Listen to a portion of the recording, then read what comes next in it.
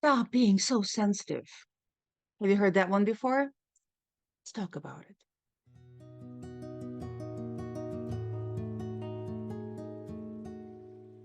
You probably have all heard this expression, stop being so sensitive.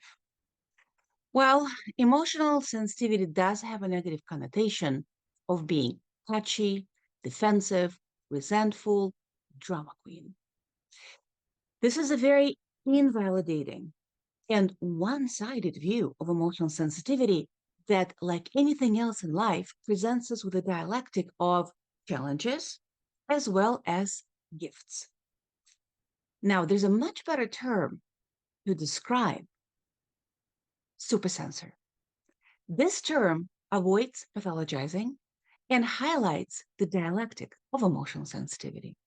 And today, we're going to talk about that, the two sides of being a supersensor, so that we can better understand our children and ourselves too, because we don't grow out of emotional sensitivity.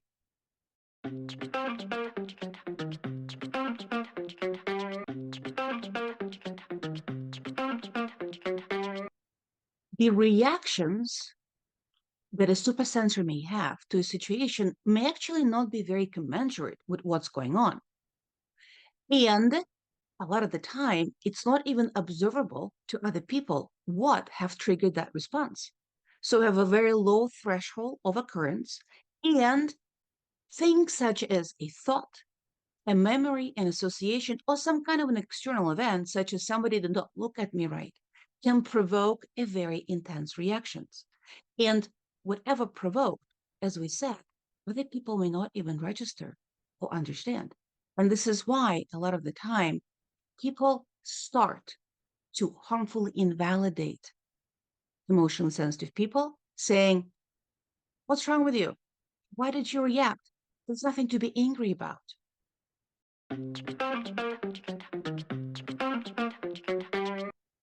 Emotions are also very intense, go from 0 to 100. Supersensors describe their emotions as if they are tsunamis that are overwhelming and cause intense emotional pain. Sort of an emotional intoxication, where a person who is kind and empathic in balanced moments all of a sudden starts to rage, screaming, yelling, physical attacks, verbal threats, using obscene language. These are the times where, as they describe it also, this prehistoric monkey comes out and on the attack.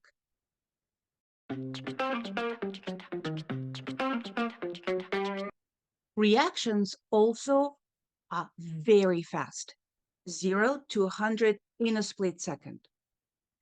So not only the reactions are intense, they happen so rapidly that a lot of the time they're also describing their emotional apparatus, so to speak, like this race car.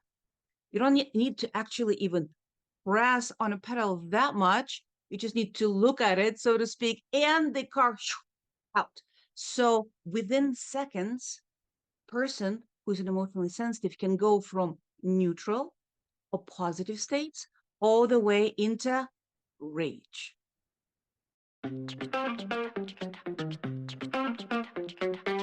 It usually also takes a considerable amount of time for the emotional reaction to subside, go back to baseline. Sometimes it can be 20, 30 minutes, can go for an hour, can actually be several hours before the emotion goes down sufficiently for a person to enter back into the neutral or maybe positive state.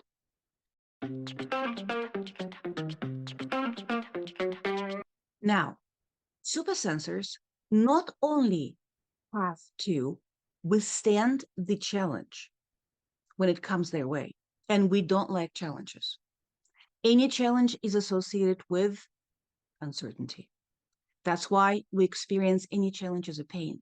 Not only they need to withstand the pain of the challenge, they need to withstand also the impact of their very high emotional reaction, of this emotional tsunamis that keep overcoming them. Imagine this as if you're walking the face of this earth, carrying your own body weight on your shoulders, walking in double gravity. And supersensors have to walk in double gravity every single day, every single moment of the day.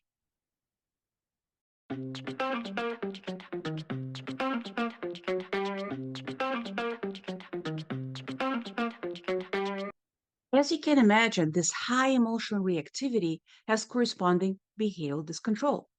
Screaming, yelling, physical aggression, destruction of property, self-harm, suicidal ideation, all of these things that I just noted, they're not problems in themselves. They are solutions to problems. When we yell, we all can attest to that. We feel a little bit better in the moment. It's like pressure escaping from the pressure cooker, right? So these solutions are obviously maladaptive. However, they provide relief short term. And that, unfortunately, reinforces these behaviors to continuously being used as solutions to relieve that pain, to relieve that emotional suffering in the future, over and over and over again.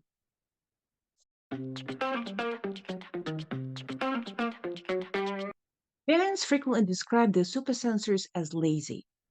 Well, this is not laziness per se.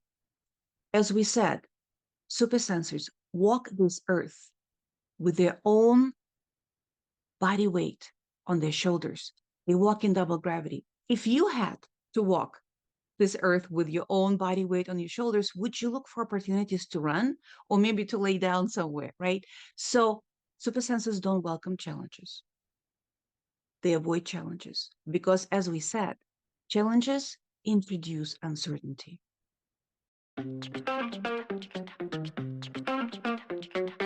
At the same time, supersensors require constant stimulation because they're easily bored. But that constant stimulation needs to come on their own terms. They want what they want, when they want it, they want to be in control. Therefore, there are times when they can avoid new activities, even if they can be potentially fun and exciting.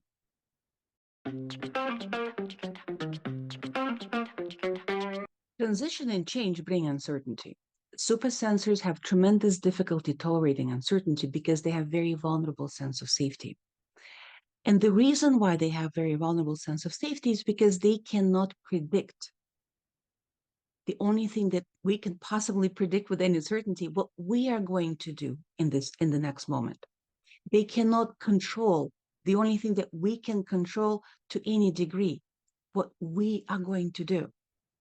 Me, what I do, what I feel, what I think, my biology. And therefore, they try to control other people. Screaming, yelling, threatening, all of these attempts to control.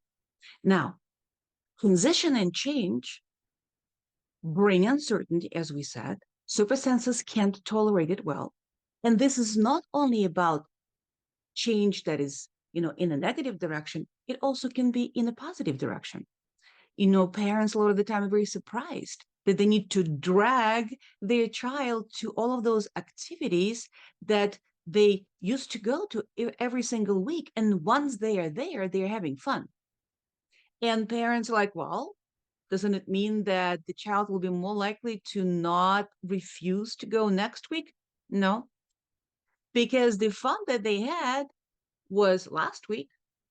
It's uncertain whether this activity is going to be fun this week. And whatever supersensor is doing right now is certain and it's already happening. Therefore, stopping the activity right now and going somewhere else, even if it was fun last week, that's going to be a problem.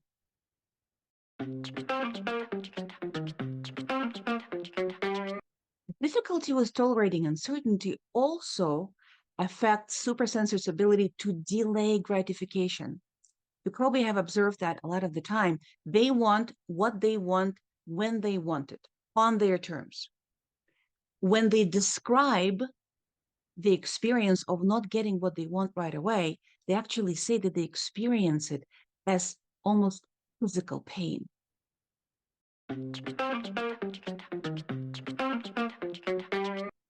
Rapid shifts in attention, also not very surprising, given that little things drag their attention, provoke intense emotional reactions, difficulties are avoided, and things get boring very fast.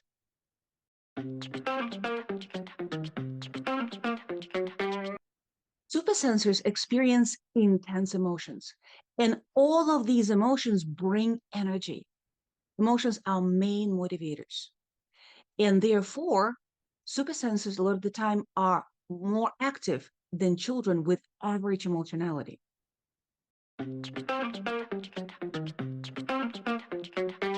Impulsivity is acting without thinking. Now, for us to make a conscious decision on what to do, we need to introduce a pause between a stimulus and response.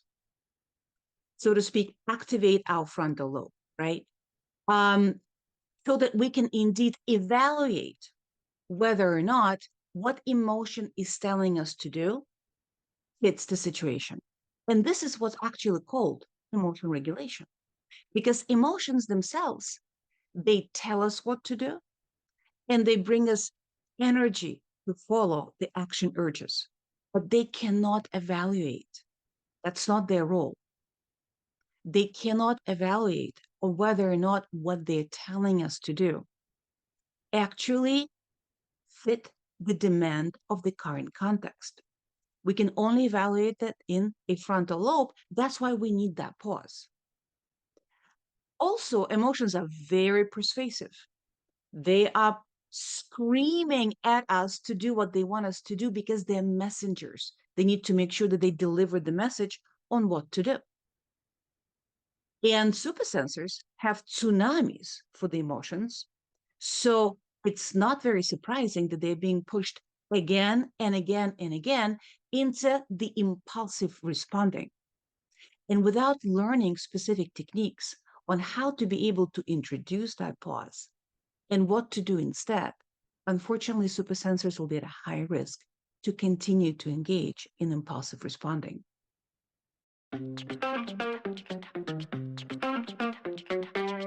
Reactivity, impulsivity, low ability to delay gratification, using force against other people to get what they want, low ability to control themselves, and so forth and so forth, of course, is bound to lead to all kinds of difficulties with other people, difficulties with forming and maintaining healthy relationships. And this, of course, going to be even more pronounced with people who appear more safe to a supersensor. If a supersensor feels more safe with the person, they will have less motivation to appear in control. That is why supersensors a lot of the time have more problems with self-control at home than at school.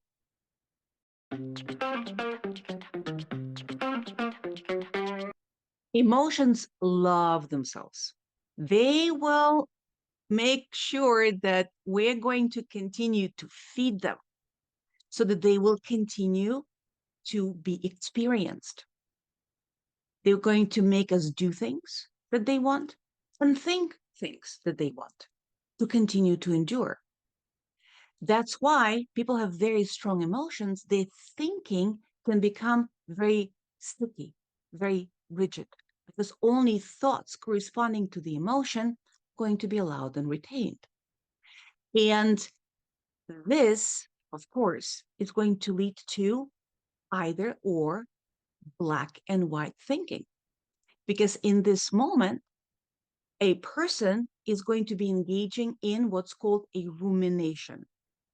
Rumination is a one-sided way of continuing to think, right? It is not allowing us to think outside the box. The same thought that corresponds to the emotion being chewed and rechewed, so to speak, right? Like sad rumination, when a person is thinking, oh my God, I will always feel that bad. Things will never look up for me. I will always continue to, be in this position. Angry rumination, oh, I hate him, he hates me, I'm going to do this and that for him or to him. Anxious rumination, catastrophizing, black and white thinking, sticky, rigid.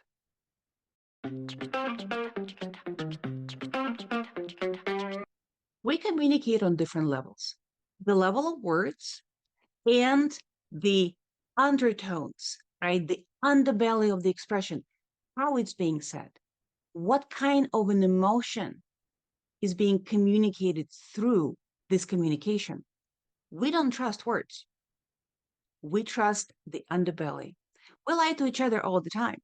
And trying to see how exactly it's being said allows us to appreciate better the kind of like true motivation and intentions of the person. Now, supersensors can really read very well what other people are experiencing, and therefore can really see and appreciate all of that underbelly, so to speak. And unfortunately, at the same time, what happens a lot is that supersensors are being set to miss social cues. What's going on? On one hand, they're like human x-rays. They read other people's emotions. On the other hand, they miss social cues and sometimes can be even misdiagnosed as having an autism spectrum disorder. Now, what happens here is exactly that ability to read other people's emotions really well. Now, they may be misinterpreting what they're reading. They may not trust what they're reading due to the repeated invalidation that they sustain during their lives. However, that's a different issue. What's happening here is that ability to read other people really well sometimes may indeed translate into this missing social cues situation. Imagine two children, right? They are seeing a peer pass them by. One is a supersensor, another average emotionality. Now, this third child passing them by says, hi, but underneath in his head, he's like, I hate you so much, guys. Now, a child with average emotionality will not be able to read that well, the I hate you guys, and will have a normative social response of saying hi back. A supersensor will read it very well. And at the least, will get confused and not answer.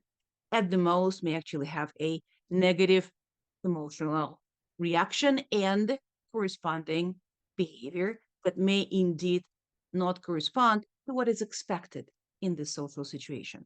Can be all the way to physical aggression, missing social cues.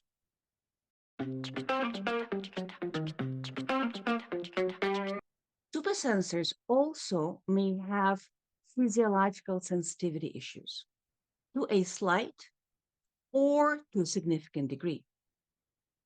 Sensory processing may include sensitivity to light, bright light, sharp, loud sounds, the taste, the texture of food, touch, right?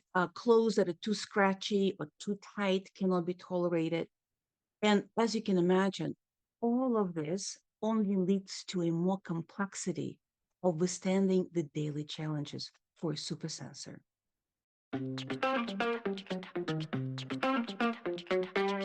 Supersensors are also notorious for avoiding and hating to engage in anything that would require attention to personal hygiene.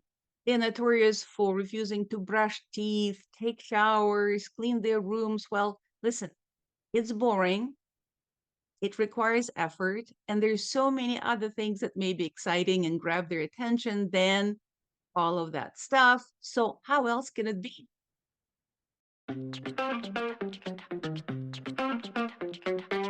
Everything has two sides. Emotional sensitivity also not only has the challenges, it also brings beautiful gifts. And right now we'll talk about what are benefits of emotional sensitivity.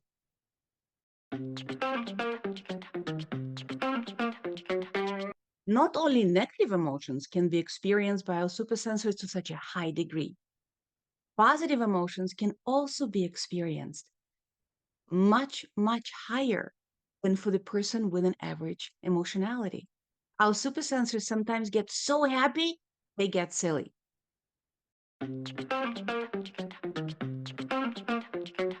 As we mentioned before, supersensors are like those human x-rays, almost like possessing a sixth sense, right? They can easily read other people's emotions, which is a great asset in getting an ability to really understand much better the underlying intentions, underlying motivations behind the communication that they're receiving from other people. Once they learn to trust themselves, once they learn how not to overinterpret that information, as you can imagine, that capacity will give them a very big advantage in their ability to interpret information, to interpret communications.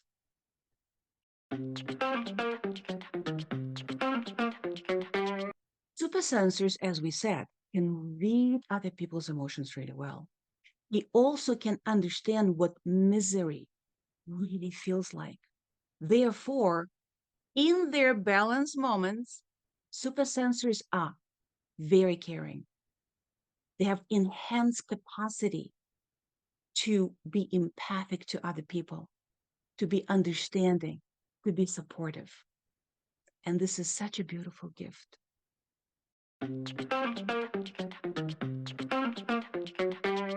Emotionally sensitive people can have much higher highs and much lower lows. Therefore, they can see and experience things that people with average emotionality may actually miss. They can see more information dots because of that. They may see more patterns where other people can see randomness. They can synthesize information in a very different way.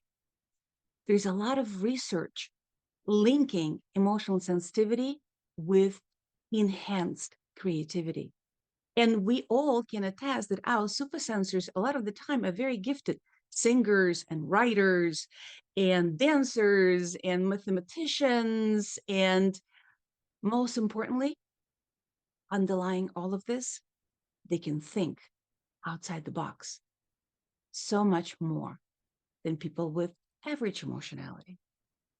In the words of a Nobel Prize winning author, Pearl Buck, a truly creative mind in any field is no more than this: a human creature born abnormally, inhumanely sensitive.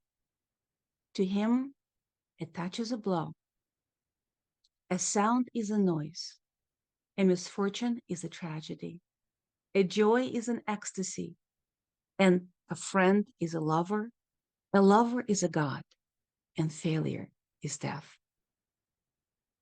Doesn't it describe our supersensors very, very well? I think so.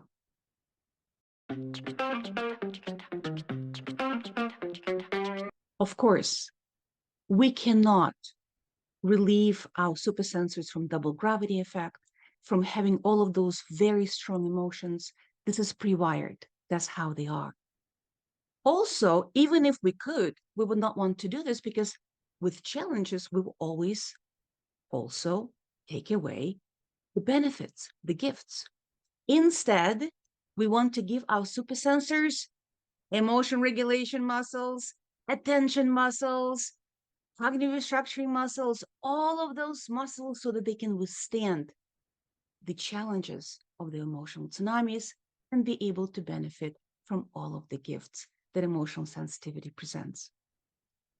Supersensors need to remember their super ability to experience those emotions on such a high level is not a problem to correct. What they need is super skills to be able to get in control of the emotional tsunamis. And of course, they need super parents to be able to support all of that progress. If you like what you hear, please like and subscribe. If you're a parent or a clinician and you would like to take a course with me, please take a look at the information in the description below this video. I will see you next time. Bye.